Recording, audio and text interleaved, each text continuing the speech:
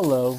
So we are doing long question, the part one, long question number two. Question is, x is a random variable with a probability distribution function of little f of x equaling to e to the quantity of negative x plus 1 times the the step function u of x plus 1, okay? Right here, we're also given that g of y equals to g of x, where g of x equals to the absolute value of x from the interval of -1 to 1, non-inclusive, and 0 otherwise. So we calculate the little f. Our first problem is to calculate little f of y, little f of x of y. No, excuse me, little f of y using, and we're going to use a fundamental theorem. But we have to first look at the graph of g of x. This is it. As you can see, from -1 to 0, there's a there's a slope of negative x, and from 0 to 1, there's a slope of positive x. Basically, you have two x's. So this is the fundamental theorem. So you have to have two x's. The absolute value of the derivative of x or negative x is 1. So essentially, what you get is little f of y equals to e to the quantity of negative x plus 1 plus e to the quantity of negative x plus 1. And because we're doing everything in terms of y, you actually have to just replace all the x's with y's. But you're not done yet. There's actually also an impulse function at y equals to 0.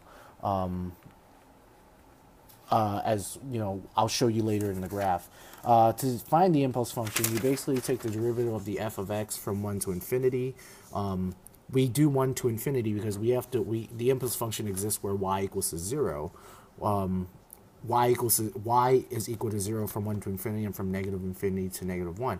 Why don't, and you must note this, why don't we do it from negative infinity to -1? It's because of the initial step function as shown over here in the original question.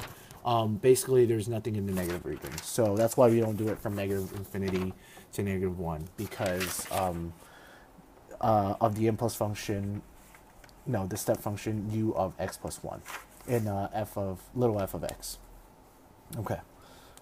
And the impulse function we get is e to the -2 after all the math is done. Okay. So essentially, little f of y is equal to e to the negative y minus 1 plus e to the y minus 1. From 0 to 1, non-inclusive. It is 0 from when y is greater than 1. It is also 0 when y is less than 0. And it is e to the -2 from at y equals 0, and that's your impulse function. And the graph is shown right here. Your impulse function, and then your graph of e to the -2 plus 1. Okay. Moving on to the second part, where you need to find and draw big F of y. Right here.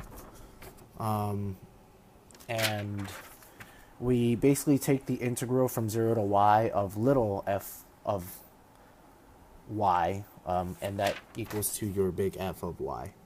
So we're basically doing some math, which isn't terrible, but you also have to remember to take the integral of the impulse function right here, so we can't forget that.